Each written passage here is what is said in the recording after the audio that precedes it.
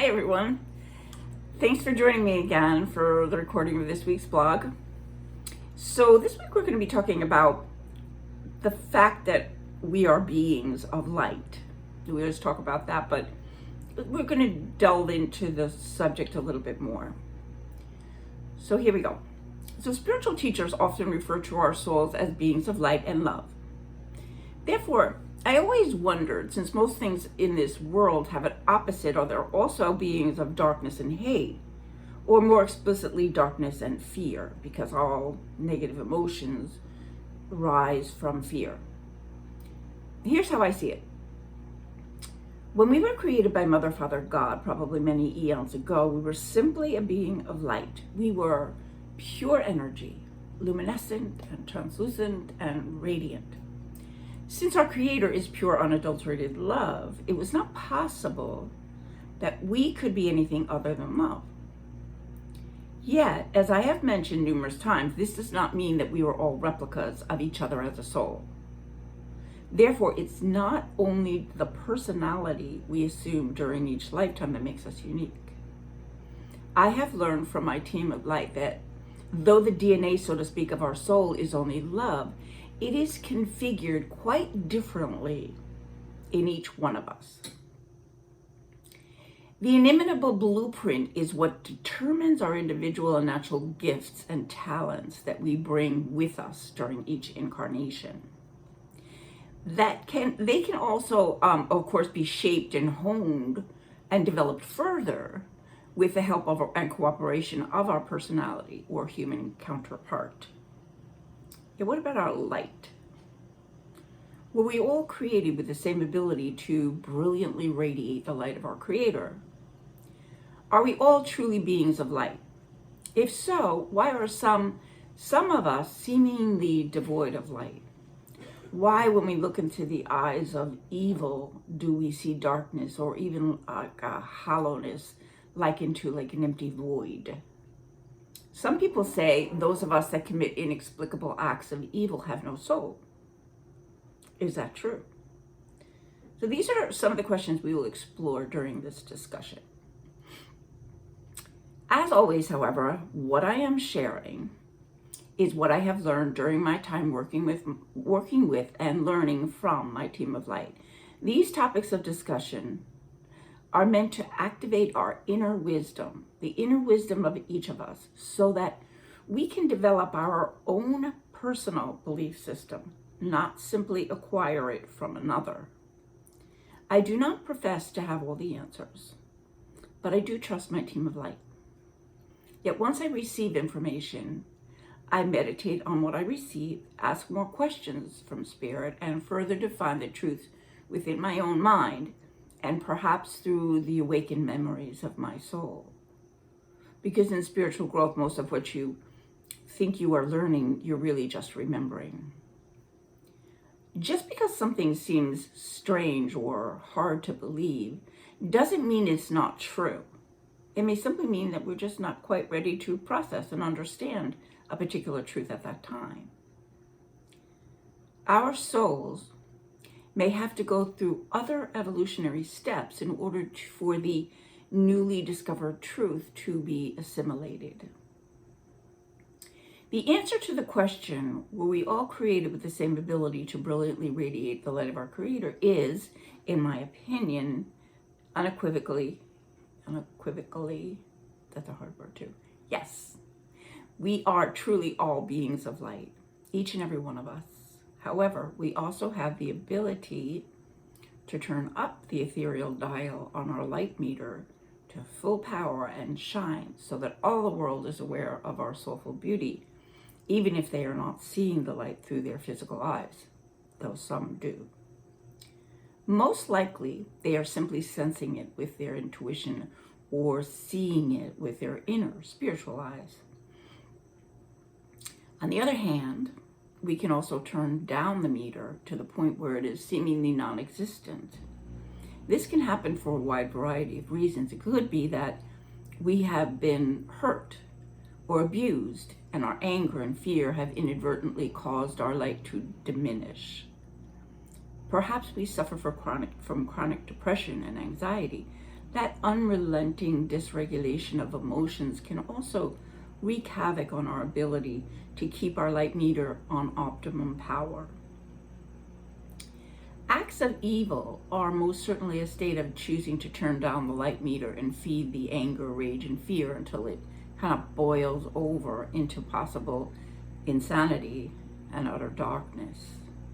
Does that mean that people who commit unconscionable devastation, violence, and murder are without a soul? The answer to that, I believe, is no. We all have a soul. But just because we have one doesn't mean our souls can always reach us in order to help us return to the light of who we are. Sometimes our souls also can get hijacked by our possible dark and controlling personality and get caught up in the despicable abuse of power that ends up keeping us shackled in the darkness.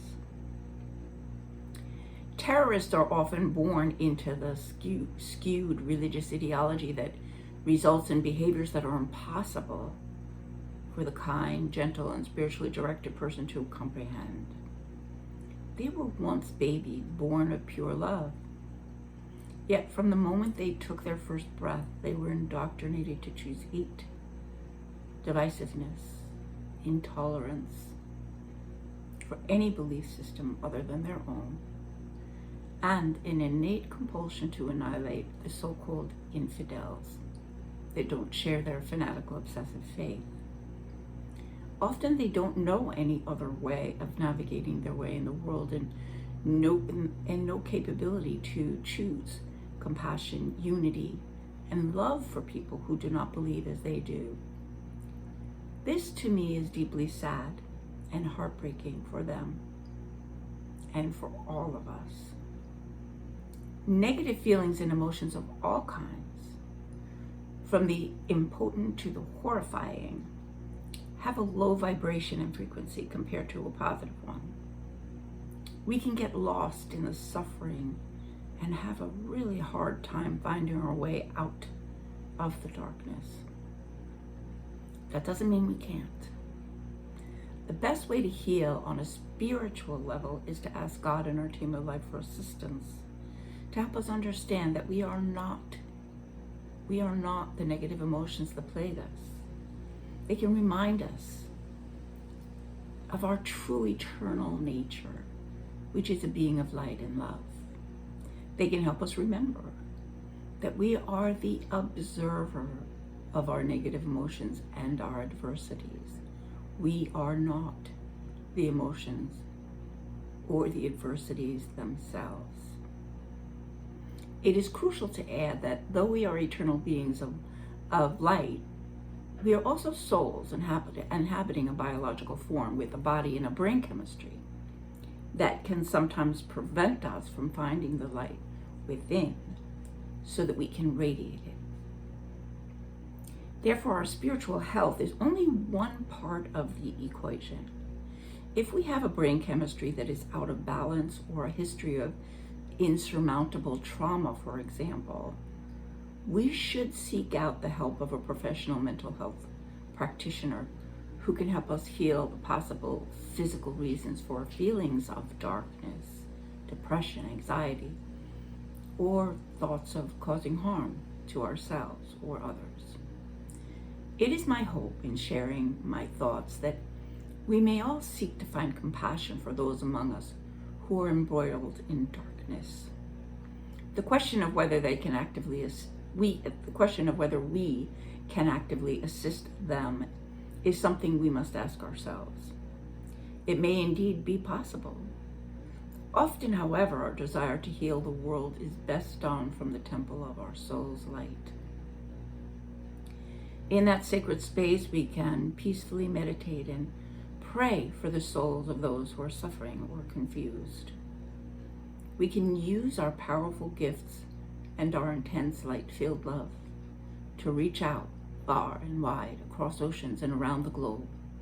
With our intention, we can seek to fill the hearts of all people everywhere with our kindness, our acceptance, and compassion, as well as God's fervent and everlasting forgiveness, and love.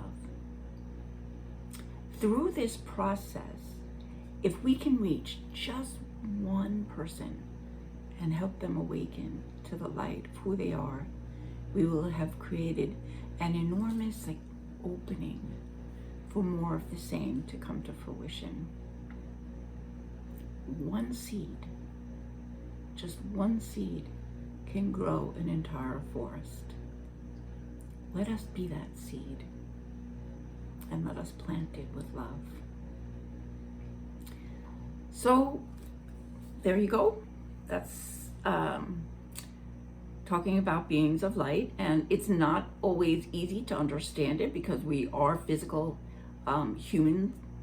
We have a physical form, and so understanding that other component of who we are eternally is sometimes hard to grasp. But the easiest way to really get to know that part of us, and it's like broken record, I know, but really is to spend time in meditation. The more we spend time in that space within, we can connect to that part of us, and we can experience what it's like to be that being of light that we will return to when this time is over. And the part that I talked about, which I'll explain a little bit more quickly, when I meditate sometimes, I think about all of the darkness in the world, of people wanting to do us harm or other people harm, across the oceans and hiding in caves. And so I go into a deep meditation and I focus on taking the love that I am in my small way, and I breathe in. Meditation for me is always focusing on my breath. And so I think about all the people everywhere. I don't know where they are, who they are, or what's going on at the time. But I gather all of the love that I can find, and I take one deep breath in, and then I hold it for a second to help it expand and grow. And then with an out breath, I imagine that breath of love traveling as far as I can possibly make it go. I imagine it going to these people who are trying to hurt us or hurt others, and try to fill their hearts with that love. It sounds kind of silly, but it feels really good to do it, because sometimes we feel helpless. We don't know how we can make it better when we hear all these terrible stories all the time. So for me, this is my way of trying to make a difference and trying to bring love, not just to the people who are already loving, but to the people who are not feeling love for themselves or for other people. They're not getting the unity thing. There's only one of us here. We're all connected by that same light. And the color of our skin and where we came from, none of that matters. Because whatever we do for others, we do for ourselves. So hate doesn't help the situation, only love does. But again, I'm going to end with saying that does not mean that the people who try to do us harm or do us harm in some way should not be punished. They should. What we're responsible for is what goes on in our thoughts. And thoughts of hate perpetuates more hate, and that's not what we need more of in this world. We do what we can to stop it, but in our hearts we pray for the souls of those who are doing the atrocious things that we see happening in the world today. Okay, so I'm going to say goodbye now, and I'm really enjoying the time that we spend together, and I hope you are too. So I hope everybody has a great day and a great week ahead, and namaste.